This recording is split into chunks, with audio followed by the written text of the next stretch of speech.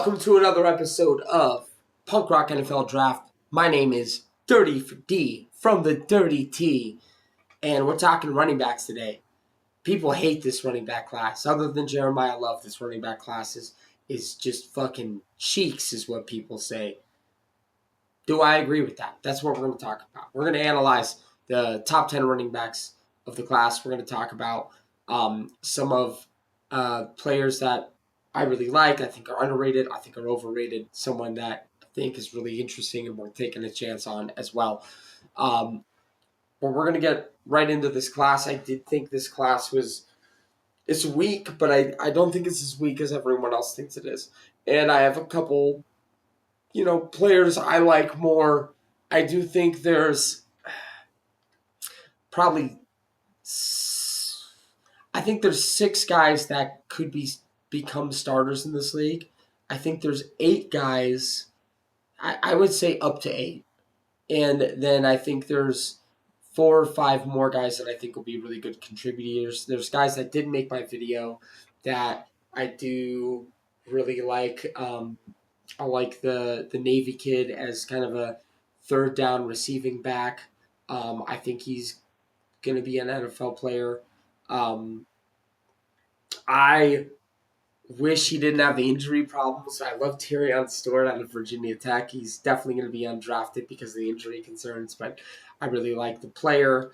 I wish Desmond Reed ran better and wasn't so damn small, but I do think he's a really good receiving back. He might be able to make a roster, also probably an undrafted player. But they're Robert Henry Jr., the guy out of UTSA, I think is good. Late round pick, kind of interesting. But there are plenty of guys that I did think were better than other people thought. I don't think this is a good running back class. I don't think it's as bleak as other people think it is. I do think there is. I have 4 guys firmly within the first 2 days and 2 guys right on the edge of like late third, early fourth. I think one I have more on the late third side, one I have more on the early fourth side.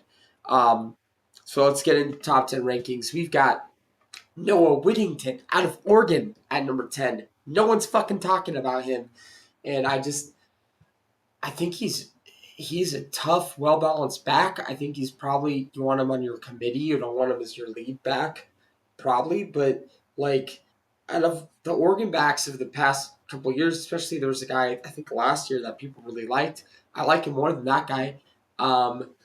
Small, tough, violent runner, good contact balance. I don't think he's very fast, but gets the hard yards, to me, that's, and there's a quick sidebar, quick conversation I'm going to have real quick. The thing I value most out of running backs, the 2 things, 3 down value is important, and even like the number one thing I value is your ability to create things that aren't there. Because I think people look so much about how fast is this guy, how big is he, how, especially like, speed. What was his 40 time? That guy ran a 4.6. He's in the 4.6s. He's not a good enough athlete. I don't give a shit if you run in the 4.6s because most of your job is running the ball is going to be within 10 yards. I care more about how do you diagnose things and can you make people miss or break tackles early? Can you force missed tackles, especially early on? Can you move quickly in tight quarters, make people miss in tight quarters, break tackles, and turn a 0-yard run into 4 yards consistently? That's what I care more about. That's what I rate the highest. That's why I had such a high grade on Ashton Genty. That's why I loved Kyle Monunga. That's why I loved Cam Scadaboo. I loved those running backs last year more than anyone else. I think in my live mock last year, I took Cam Scadaboo in the 2nd round. People thought I was crazy. I didn't. because I saw the value. I had a third round grade on Kyle Monangai. And guess what? I was right because that's what matters at the running back position. Hey, you can win in multiple ways, but to me, that's what I value more than anything. So I don't care how if you're fast. And Noah Whittington isn't fast. He's probably a 4.65 guy. He's not big, but he makes people miss. He breaks tackles. He also offers stuff as a receiver as well. Tough guy, I really like him. Claiborne out of Wake Forest, um, athletic, fast, can offer you a lot in as a receiver. He at least has the ability to develop that game further, and I think that's where he's going to really have his calling card. But he is more of that scat speed back, probably going to be really good. People are going to really like him in like outside zone. I think he could be a good outside zone runner in the NFL. Those are the schemes he's going to fit um, well in the NFL. Jamari Taylor coming in at number 8. I've got Kalen Black out of Indiana at number 7. Really like everything he did through the process. Ran better than anyone thought he would run. I think he can be a starting back in the NFL. Good size, physical, um, good in pass protection, although I think he can get better there. Better than you'd think as a receiver. Looked really good through the whole draft process.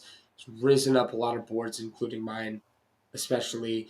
I got Mike Washington out of Arkansas coming up next as my number 6 guy. Really like Mike Washington. Um, Athletic profile. I still think I don't know how well he sees everything, which is my concern. Uh, he's very boot or best to me, but I think he's an NFL player. I just don't know that I truly believe he'll be a number 1, but he could become a number 1. He could be one. And he certainly has the athletic traits and the size to be a damn good one. If you told me that Mike Washington ended up being the best running back from this class in like 4 years, I'd believe it. But if you told me Mike Washington is the next Isaac Garendo, I'd believe it too. Either of those things. That's why I have him at 6. I have Katron Allen at 5. Again, I don't fucking care how fast you are, but can you make people miss in tight quarters? Can you force missed tackles? Do you get the yards that are drawn up for you? Are you smart? Are you instinctive? Are you tough? Those things I like. All those things apply to Katron Allen. I really like him a lot. Um, and I think he can block. He's a three down back. Probably a low end starter or much better number 2 than a number 1, but he is an NFL player. I have a back end of the 3rd round, early 4th round grade on him. I have Emmett Johnson as my number 4 back, who I have more of a third. Still, like, probably would feel better taking him somewhere around like 80 to 90 than, like top of the draft, top of the 3rd round. But I really like his ability to make people miss, especially in tight quarters. Just his ability to force missed tackles is a big plus, and it's why I like him so much. Um, I do have Jadarian Price rated higher than him. I don't think he's a special athlete, but I think he's plenty good enough athlete. I didn't think he was like great with seeing things, but he's a number 2 back. He's bounced around a little bit. I still think he's special as an outside. He's got that outside zone running style to him. He's got good size. He can force some missed tackles. I think he's better once he gets going a little bit than in tight places behind the line of scrimmage. But he's also a really good kick returner. And I do think he's going to be a starter in the league or a very good number 2. At number 2, I got Jonah Coleman out of Washington. And then at number 1, of course, is Jeremiah Love, who is a blue chip running back. I do have him lower than I had Ashton Jeanty. I do have him lower than I had Bijan Robinson. I think the size and athletic profile are amazing. And I think he can get some of the tough yards, but there was times he just didn't feel like I saw it as much as I wanted to, or he saw it as much as I wanted him to. There's times I didn't see enough physicality. There was times I thought they're not easy to bring down, but easier than I want him to be. I think he's a guy that if you can get into open space, he's dangerous. Very much in that's how like Saquon is. Like Saquon is kind of my comp because Saquon is special in the open field. But he isn't always special if you can hit him early, if you can hit him before he gets going. I see him go down on first contact way too often. I have some of those same concerns with Jeremiah Love. I do worry about him if you're. He's a great receiver, like Saquon. So if you know how to use a guy like that, but I think he's a guy. He is a type of running back you probably want a decent offensive line for. I really hope he doesn't go to the Giants because I have Kansas Scadaboo in fantasy. But I also just I like Scadaboo's a great player. I think the Giants should use a guy like use a four number five pick on a player that they know was gonna fill somewhere that they don't have something. Get get a number two receiver, get a generational linebacker, and have a much better linebacker core. Uh, get your generational safety. Spend both your top 10 picks on fucking defensive backs. Shit, take a guard, take Maui Noah and let him play guard day one and move to right tackle in a couple years or a year or so. I don't know. That would be my hope for the Giants. Sorry to go on a tangent, but Jeremiah Love, um, like even though they need some fixing of their offensive line. The Cardinals make sense from a scheme fit standpoint. The the Vikings would be the pipe dream, but they'd have to trade up for sure to get him. The Steelers would also honestly be a pipe dream, but they'd have to trade up to get him for sure. Um, I hope the Chiefs don't draft him, but he'd fit great there. The Titans, if they feel good enough about their offensive line and with the scheme they're going to be running, like that's forgivable. I'm not as mad about him going to the Titans because of I think you draft an offensive player, but it's really hard to find a good spot in the top 10 for him for me personally. But he is, I think I have him tied for third or is my fourth best player in the class. I can't remember. I think I have Ruben Bain ahead of him, but he's a talented player. That type of running back, I was more confident in taking an Ashton Genty type in the top 10 than him. But hey, it should never be a 1 year plan. It should be a multiple year plan. And he is a really special player, and he's a special receiver, which might make it more worth it. Um, but let's talk about my number two guy, Jonah Coleman, who I think is one of the more underrated players in the whole class. I have top of the third round grade on him, but 5'8", a little over 5'8", 220 pounds. He was dealing with some injuries. I think he's more athletic than he looks this year. But again, I don't care necessarily about the athleticism.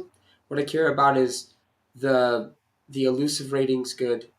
The yards after contact is in the the good range.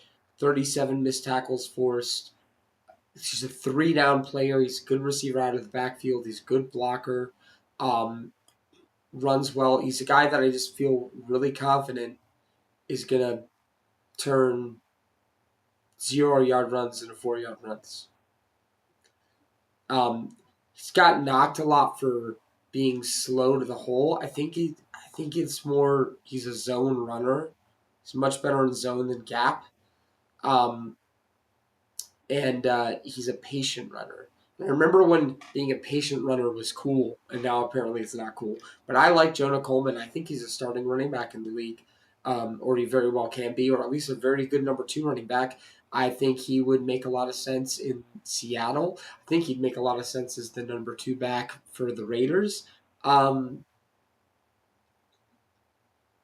I think he'd be the best running back tomorrow in Pittsburgh, although I don't know what the blocking scheme is going to be. But I'd like him in a lot of places. I think he's a three down running back. I think he's much better than he gets credit. He's my number two player in the class.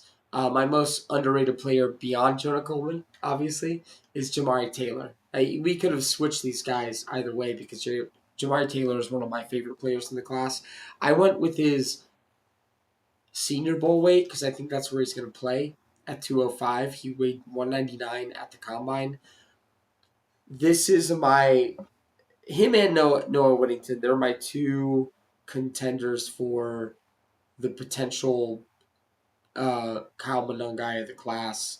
I just think that, and I think Taylor is a better receiver in college than Monangai showed he was, although the jobs were a concern. I do think he offers you some as a receiver, but 55 missed tackles forced, 90.9 elusive rating. I don't care about the 40-yard dash. Again, I don't give a shit about that. He's a tough guy that forces missed tackles and has really good contact balance, especially for his size. Shorter, squattier guy that will make people miss and will force tackles. I like that. That's my type of running back. And he's probably more of a number two in the league than a number one. Again, I'd love him in Vegas. I'd love him with the Raiders. Anyone that kind of needs that number two back, anyone that needs that, especially that Kyle Malungai type of player, that hard yards player, that you know takes something from a negative play to a positive play guy. That's a great number two running back to have. Jamari Taylor fits that role. As much as I hate to say it, he'd probably be really good in Denver. He'd probably be really good in with with the Panthers. Now they let go of the guy that I can't remember his name. Uh, DeWatt Rico. They got let go of Rico.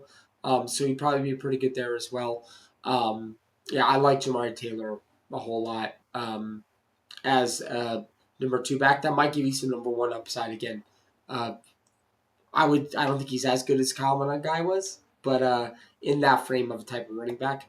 Um, my most overrated guy, I'm sure you can see, I didn't have Nicholas Singleton on my um, top 10 rankings. I just I think he has a place in the NFL. I want to see the pass blocking get more consistent, but I think he has the ability to be a good pass blocker, and he's a really good receiver out of the backfield.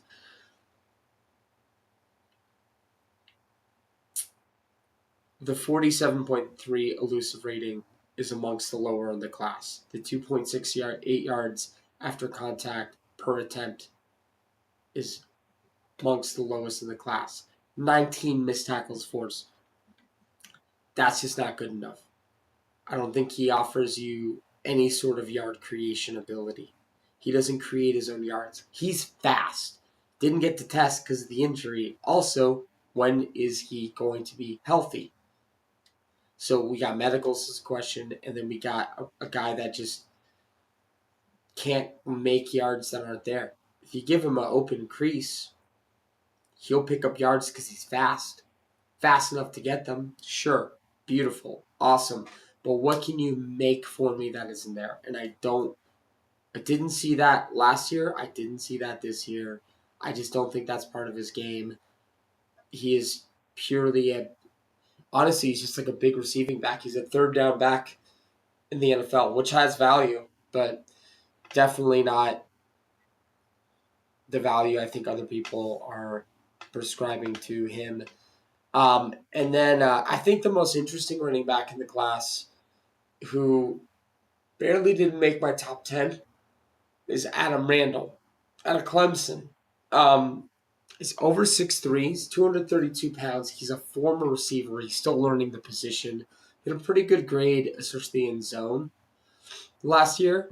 Um, I I think he's a guy has potential to develop into a starter. But whatever, I really like him. I drafted him as my future back, number 2 running back behind Ashton Genty for the Raiders. He ran a 4.5 at his size, so he's got good athleticism for the size.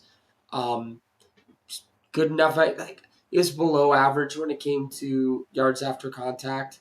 Um, so you'd like to see that better, but being a former receiver, being pretty athletic for his size, being over 6'3", being 232 pounds, this is going to be, I think, potentially a really good number 2 running back. A lot of people have him lower, but this is an NFL player, and I think he's going to surprise people. That's it for my time today.